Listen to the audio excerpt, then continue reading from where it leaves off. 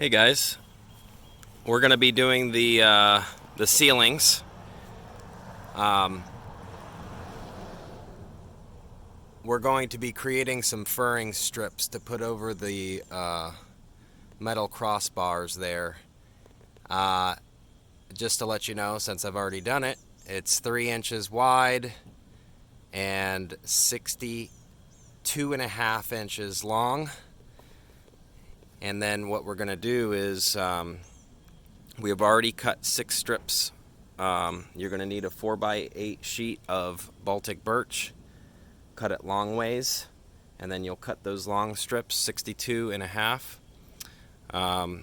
We're going to be coating it with a polyurethane just as an added protection measure against water. We're also going to be putting up a vapor barrier on the metal before putting the wood on. So first, cut your wood strips. Go over to those. Use a table saw. This is 3 inches by 62.5, and we're gonna go ahead and paint them now. I'll show you what to do in the next video.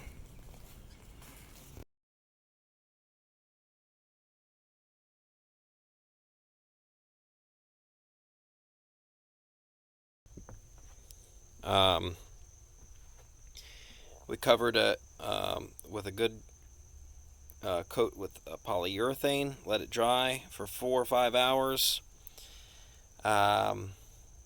We put a sheet of window flashing on there, which is the same thing as butyl tape. So butyl tape's a little bit more expensive though, or the butyl, what's it called, like kill mat. Kill mat is butyl tape. But anyway, this is window flashing. You can get it at Home Depot or Lowe's. This is just an added layer of protection, just in case there's moisture.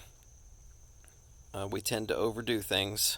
The polyurethane alone should be fine, but if you want to just know in your mind that for sure it's fine, then cover it with some window flashing. And then I just secured the first one. Used Tex 1 and 7/16 Tex screws, which you can get at Lowe's or Home Depot. Now, these are easy to secure here in the middle. You can see I have a little mess up there. But anyway, 6 screws here in the middle, all while avoiding the holes, of course, because there's a bunch of holes. Then there's going to be an air pocket starting around here, and it gets quite large here. And then in the very end, my genius wife suggested putting the Tex here, which I'll show you. Would go here and here. Now, I'm sure it's fine to leave the air gap here, but I'm probably going to put a shim there, a very large shim, and 2 more Tex, just to be safe. But it's probably not needed. I think there's enough Tex there, but I'm going to do it anyway. And you can see it gives a really nice bend. And that's what we're looking for, because when we put the cedar planks up, we want it to be even and not lumpy. I'll see you in the next video. Hello everybody. Just an update. You will have Tex pop out. It's not a problem.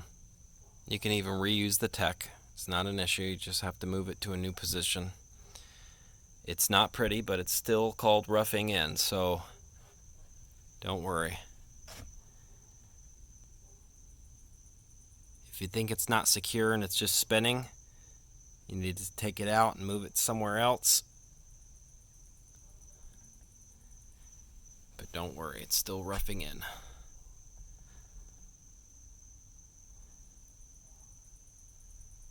Okay, so it's another day. Got all that installed. This is just a 3" by 3" square, and I'm going to use it as a shim.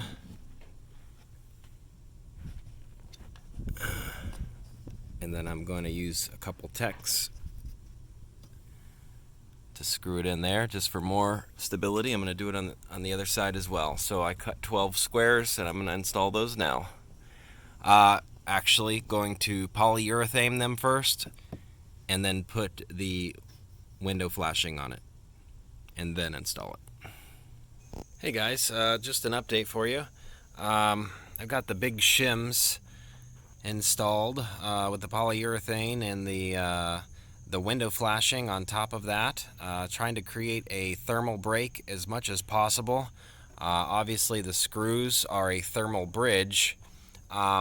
Probably going to end up covering this wood strip, or at least the screw portions, with more window flashing, just so I have as much of a thermal break as possible against the cold screw and the finish work, the ceiling, the cedar ceiling that we're going to be installing.